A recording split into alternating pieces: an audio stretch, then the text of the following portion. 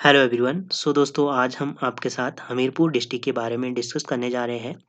इसमें हम पूरा इसका पहले इतिहास देखेंगे, बाद में इसकी जो आपके टेम्पल्स हैं उनके बारे में डिस्कस करेंगे, साथ में जहाँ कौन-कौन सी नदियाँ हैं, कौन-कौन सी पहाड़ियाँ हैं, किस शिवालिक रेंज में पड़ता है ये, ठीक है, ये हम पढ़ेंगे। तो शुरू करते हैं दोस्तों।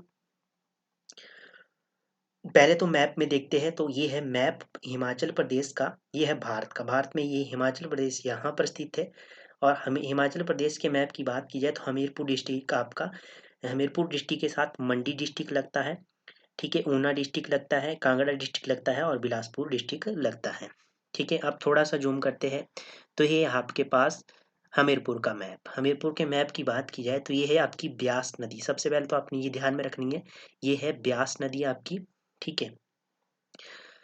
और ये ब्यास नदी और यहाँ पर सुजानपुर टीला स्थित है। उत्तर की बात की जाए तो कांगड़ा डिस्ट्रिक्ट पड़ता है उत्तर में, ठीक है। और उत्तर म, पूर्व में क्या पड़ता है, मंडी डिस्ट्रिक्ट पड़ता है आपका। दक्षिण में आपका बिलासपुर पड़ता है और दक्षिण पश्चिम की बात की जाए तो ऊना डिस्ट्रिक्ट पड़ता है। ये भी आपने ध्यान में रखना है। यहाँ पर ये है आपका बाबा भड़वाक सिंह का मंदिर, ठीक है, ये आपने ध्यान में रखना है। ये भी आपका हमीरपुर डिस्ट्रिक्ट में पड़ता है, ठीक है। बरसर है, भोटा है, ठीक है, NH 70 इसमें पड़ता है। तो ये थे कुछ, और नदौन है, ये है दोस्तों हमीरपुर का मैप। अब देखते हैं यहाँ पर इसका जिले का गठन कब हुआ। तो जिले के गठन की बात की जाए तो इसका 1 सितंबर 1972 को इसका गठन हुआ। जिला मुख्यालय की बात की जाए तो हमीरपुर में है। जनसंख्या घनत्व की बात की जाए तो कितना है, 407 है 2011 की जनगणना के अनुसार। साक्षरता दर की बात की जाए तो सबसे अधिक है, HP में सबसे अधिक साक्षरता दर है, ठीक है, हमीरपुर डिस्ट्रिक्ट की कितनी है, 89.01% है 2011 की जनगणना के अनुसार। तो ये है दोस्तों हमीरपुर डिस्ट्रिक्ट। इसमें कुल क्षेत्रफल की बात की जाए तो 1118 है, ठीक है, 11,118 है।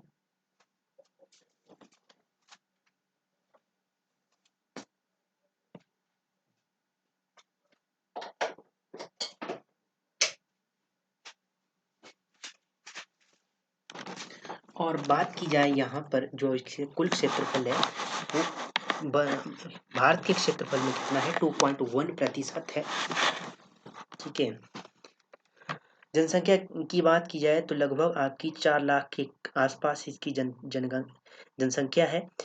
6.62% 2011 की जनगणना के अनुसार, ठीक है। लिंगानुपात की बात की जाए तो 1095 इसका लिंगानुपात है। और बात की जाए 2011 की जनगणना के अनुसार ये आंकड़े है। आगे है दशकीय वृद्धि दर की बात की जाए तो 10.19% इसकी दशकीय वृद्धि दर है। 2001 से 2011 की जो आपकी दशकीय वृद्धि दर का आंकड़ा आया था उसके अनुसार।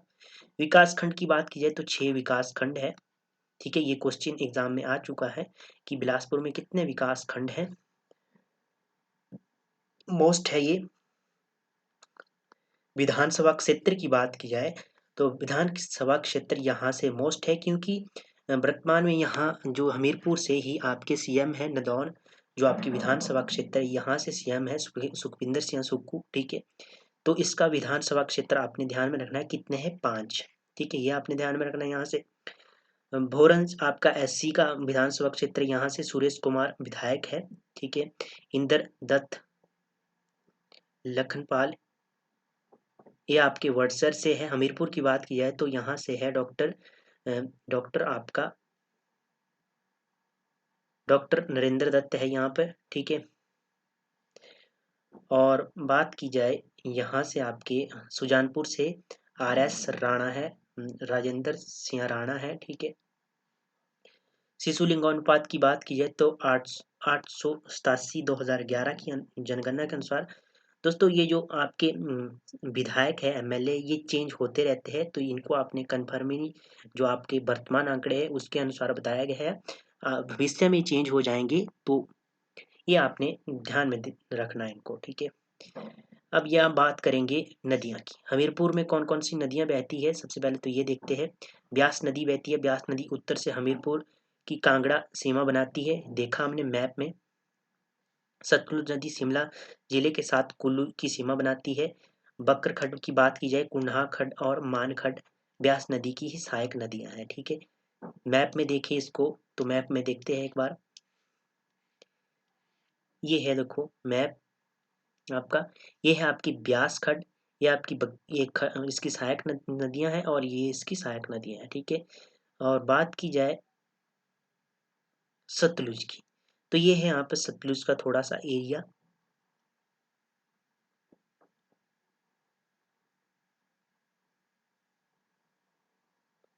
ठीक है, ये कुल्लू के साथ सीमा बनाती है आपकी यहाँ पर।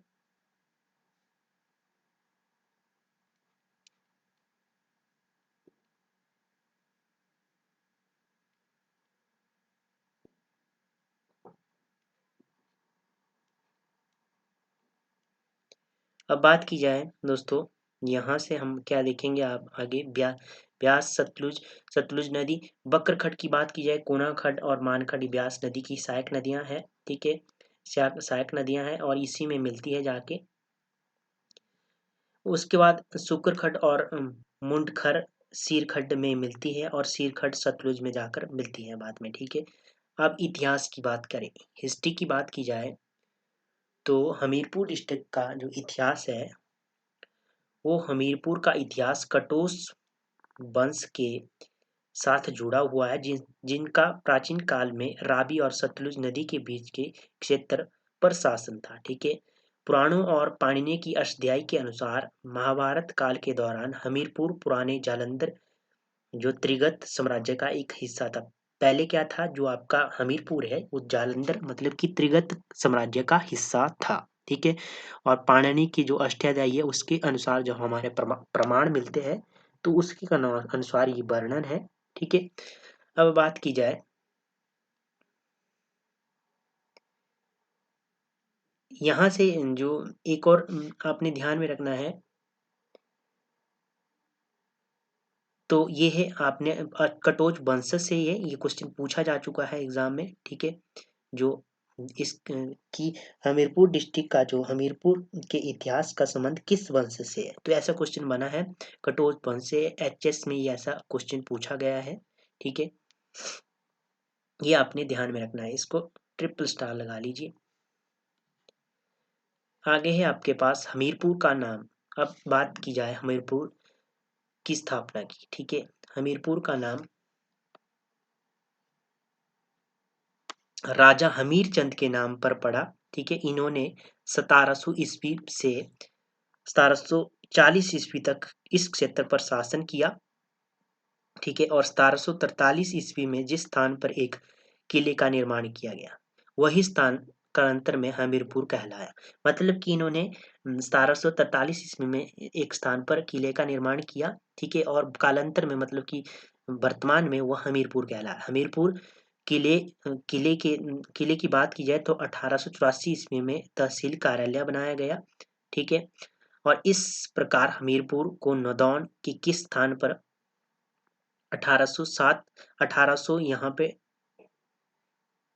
पे थोड़ी सी डेट, 2 मिनट वेट कीजिए क्योंकि यहाँ पर डेट में थोड़ा गलती।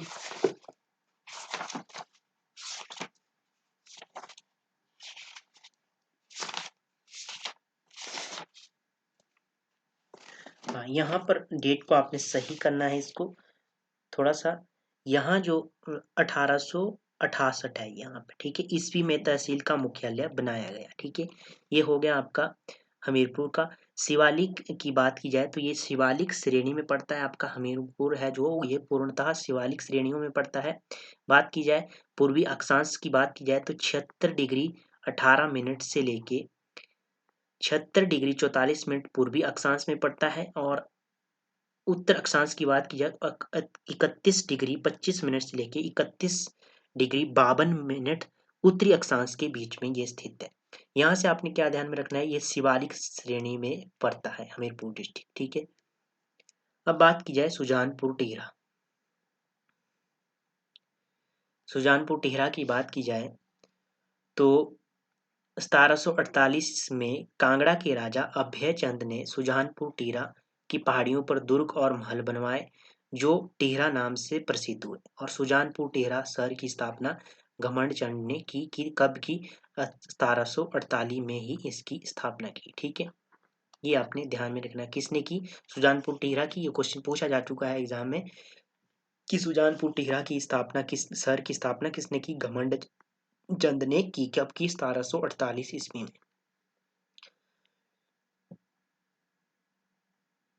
अब आती है घमंड चंद। घमंड चंद ने क्या किया? 1761 ईस्वी में सुजानपुर में एक चामुंडा मंदिर का निर्माण करवाया। ठीक है, कांगड़ा के राजा संसार चंद ने सुजानपुर टिहरा को राजधानी बनाया। ठीक है, और किसने सुजानपुर टिहरा को राजधानी बनाया? संसार चंद ने। ठीक है, कांगड़ा का राजा था ये। गौरी शंकर मंदिर का निर्माण करवाया। किसने करवाया? ये ही संसार चंद ने करवाया। और नरदेश्वर मंदिर का निर्माण की बात की जाए 1823 ईस्वी में संसार चंद के द्वारा करवाया गया। सुजानपुर टिहरा में ब्रज जैसी होली का त्योहार शुरू किया। किसने किया? ये संसार चंद के द्वारा ही किया गया। और सुजानपुर टिहरा में सबसे बड़ा खेल मैदान है। ठीक है, यहाँ पर सबसे बड़ा खेल मैदान भी है, ये भी आपने ध्यान में रखना है यहाँ से।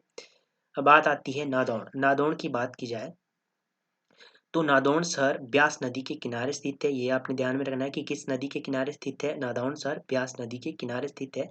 नादौन युद्ध की बात की जाए तो 1687 ईस्वी में गुरु गोविंद सिंह और बिलासपुर के राजा भीमचंद के बीच में ये युद्ध हुआ। ये क्वेश्चन पूछा जा चुका है एग्जाम में कि नादौन का युद्ध किस किस के बीच में हुआ?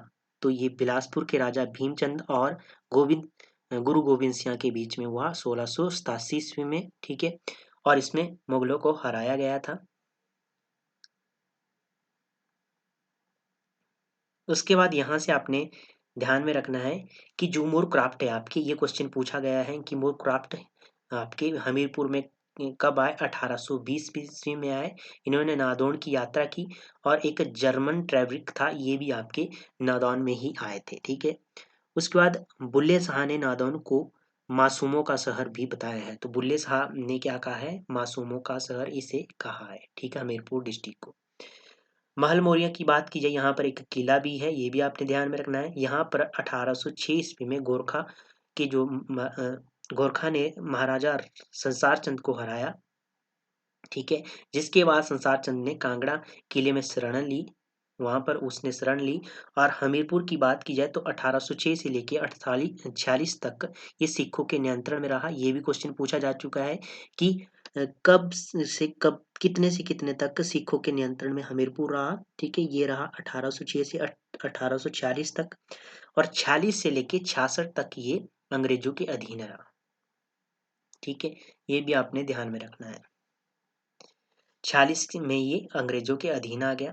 यशपाल मोस्ट हस्ती की बात की जाए हमीरपुर से तो यशपाल साहित्य प्रस्थान की स्थापना की बात की जाए तो 2000 ईस्वी में हुआ। यशपाल का जन्म हमीरपुर के भूमपल पाल में हुआ। भूमपाल गांव है, वहां पर हुआ। कब बात की जाए 1918 ईस्वी में इन्होंने स्वाधीनता संग्राम में भाग लिया। ठीक है, इनकी एक पत्रिका है बागी। ठीक है, उर्दू में है, मोस्ट है, ध्यान में रखना है इसको।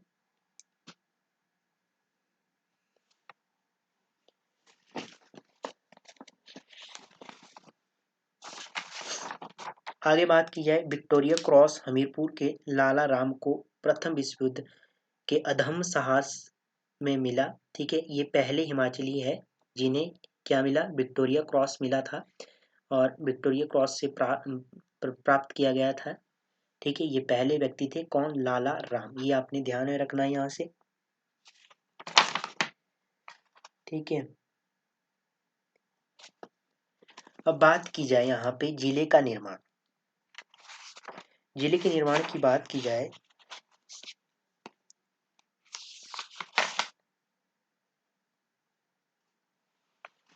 तो यहाँ से आपने एक तो यशपाल को ध्यान में रखना है हमीरपुर में। और मैं आपको बता दूं यहाँ पे तो आपने श्री ध्यान सिंह को ध्यान में रखना है। ये भी आपके सिरमौर से थे। सिरमौर नहीं, हमीरपुर से थे दोस्तों।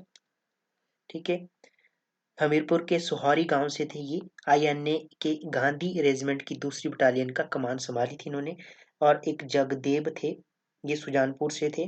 ठीक है, एक रणजीत सिंह थे, हिमाचली गांधी इन्हें कहा जाता है, ये आपने ध्यान में रखना है, रणजीत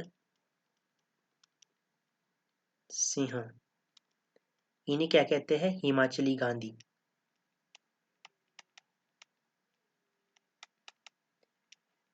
ये भी हमीरपुर डिस्ट्रिक्ट से थे।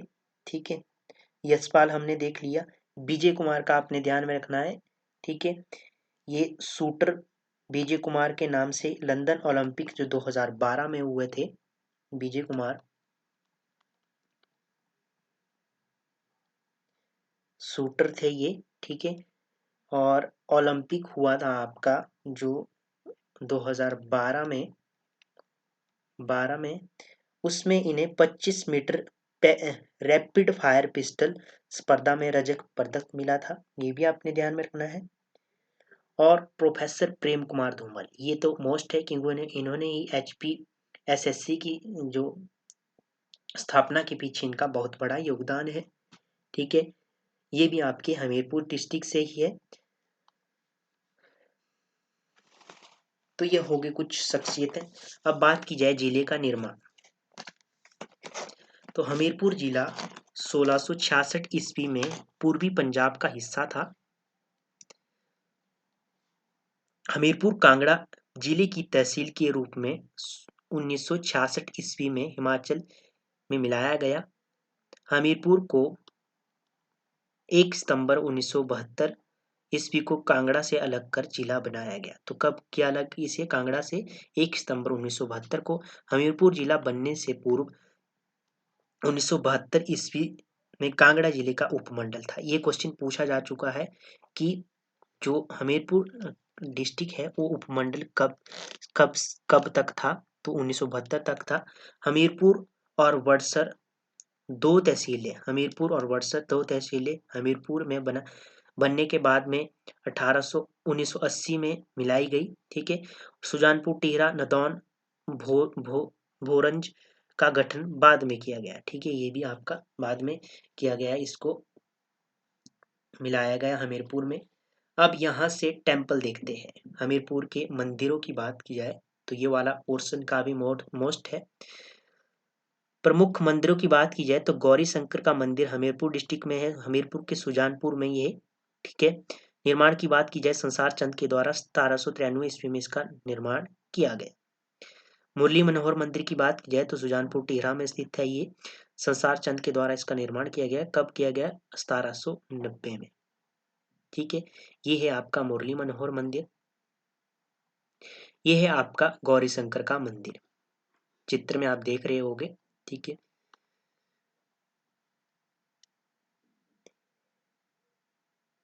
आगे है गसोता मंदिर। गसोता मंदिर की बात की जाए हमीरपुर डिस्ट्रिक्ट में, ये आपका गसोता मंदिर है। ठीक है, यहीं पर गसोता मेला भी लगता है। कब लगता है, मई के महीने में ये लगता है, ये भी आपने ध्यान में रखना है, मोस्ट है ये वाला भी मेला।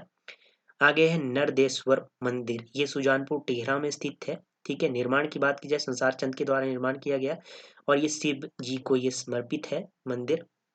सुजानपुर ढीरा ब्यास नदी के तट पर स्थित है, ये भी आपने ध्यान में रखना है। 1748 ईस्वी में राजा अभय चंद के द्वारा इसकी स्थापना की गई थी, ये हमने देख लिया है। ये है आपका नरदेश्वर मंदिर सुजानपुर टिहरा में।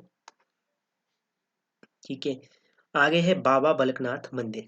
बाबा बालकनाथ की बात की जाए तो मोस्ट है ये मंदिर, देवट में स्थित है, चकमों में ये स्थित है, देवट के चकमों में ये स्थित है मंदिर। ठीक है, यहाँ पर देवट मेला जून में लगता है, ये भी आपने ध्यान में, ये है आपका देवट का मंदिर। ठीक है, आगे है चामुंडा मंदिर। चामुंडा मंदिर की बात की जाए सुजानपुर टिहरा में ये स्थित है। निर्माण की बात की जाए घमंड चंद के द्वारा इसका निर्माण किया गया। कब किया गया, तो ये किया गया आपका 1761 ईस्वी में। ये आपका चामुंडा देवी का मंदिर, चामुंडा मंदिर ये है। ठीक है, आगे है मेले। मेले की बात की जाए तो होली त्योहार सुजानपुर टिहरा में अंतर्राष्ट्रीय है, अंतर्राष्ट्रीय मेला है, संसार चंद के द्वारा इसका इसे शुरू किया गया है। गसोटा महादेव मंदिर भी है और शनिदेव मंदिर भी है जो आपके हमीरपुर में। नादौन में एक मंदिर है, बिलकालेश्वर मंदिर है, जिसे पांडवों के द्वारा बनाया गया था। ये आपने ध्यान में रखना है मंदिरों से, ठीक है। प्रमुख मेले, गसोता मेला हमने देख लिया, मई के महीने में लगता है। होली का त्योहार संसार चंद के द्वारा शुरू किया गया, सुजानपुर टीहरा में लगता है। ये कहाँ पर? सुजानपुर टीहरा में, ठीक है। देवसीट मेला की बात की है, जून के महीने में लगता है। आगे अन्य मेलों की बात की है तो टौणी देवी मेला लगता है, और एक घासिया मेला, एक पिपलूरा, एक तो पिपलू है वो ऊना में लगता है। पिपलूरा मेला की बात की जाए, ये आपका हमीरपुर डिस्ट्रिक्ट में लगता है। लोहड़ी की बात की जाए तो माघी का त्योहार कहा जाता है इसे, ठीक है। ये भी आपने ध्यान में रखना कि माघी, लोहड़ी को माघी किस डिस्ट्रिक्ट में कहा जाता है, तो हमीरपुर डिस्ट्रिक्ट में कहा जाता है। लोक साहित्य की बात की जाए तो जात्रा, ये नव युवतियों के शादी और मेलों में ये लोकगीत गाती है। झरस की बात की जाए, झेरस की बात की जाए तो इसका अर्थ है युद्ध, मतलब कि यह गाने युवक गाया करते हैं, ठीक है। प्रमुख चोटियों की बात की जाए, प्रमुख पहाड़ियों की बात की जाए दोस्तों, तो झाकदार की बात की जाए तो ये जकदार की बात की जाए, हमीरपुर से नौदान के पास में मिलती है ये, ठीक है। चबूतरा पहाड़ी की बात की है तो ये जाखदार का ही विस्तार है, ये भी आपने ध्यान में रखना है। 16 सिंगी धार की बात की जाए दोस्तों, तो हमीरपुर जिले की सबसे लंबी धार है ये आपने ध्यान में रखना है, जो अन्य कई नामों से जानी जाती है। ऊना में इस धार को चिंतामणि धार के नाम से जाना जाता है, ठीक है। और एक और नाम है इसका, जसवां धार के नाम से भी इसे जाना जाता है, 16 सिंगी धार को। मोस्ट है 16 सिंगी धार, एग्जाम में पूछी जा चुकी है ये, ठीक है। ये है आपकी पिक्चर में देखिए, ये है आपकी 16 सिंगी धार,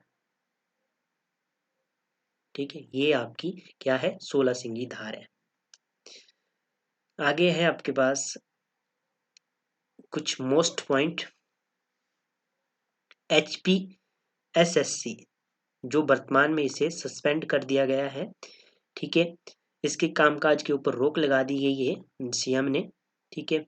हिमाचल प्रदेश के अधीनस्थ सेवा चयन बोर्ड का यहाँ पर क्या था, आपके HPSSC का सेंटर था, पक्का ब्रो में ये स्थित है। स्थापना की बात की जाए, इसकी स्थापना हुई 1998 में, ठीक है। प्रेमचंद जो धूमल थे, उनकी सरकार के द्वारा इसकी स्थापना की गई थी। हमीरपुर क्षेत्रफल के अनुसार सबसे छोटा जिला है और सबसे कम ST की जनसंख्या वाला है। कितनी? 0.4%। डॉक्टर गौरव शर्मा को हाल ही में न्यूजीलैंड की संसद ने चुने हुए हमीरपुर से थे। तो जो गौरव शर्मा थे, जो पिछले आपके 2019 में ये न्यूजीलैंड की संसद में चुने गए व्यक्ति थे, और ये हमीरपुर डिस्ट्रिक्ट से थे। आगे है मोस्ट कुछ। भेड़ प्रजनन केंद्र ताल हमीरपुर डिस्ट्रिक्ट में है, ठीक है। 1978 में जलारी में दुग्ध शीतन केंद्र की स्थापना की गई, ठीक है। कब की गई? 1978 में। हर्बर गार्डन कहाँ पर है? तो नेरी हमीरपुर में स्थित है, ये पूछा गया एग्जाम में क्वेश्चन। मटन सिद्ध हमीरपुर में स्थित है। HPMC शीत गृह ये कहाँ पर स्थित है? नदौड़ में है। और वेजिटेबल पैक हाउस ये भी आपका नौदौन में स्थित है। तो ये थे दोस्तों आपका हमीरपुर डिस्ट्रिक्ट, जिसमें हमने पूरा कंप्लीटली इसको डिस्कस किया।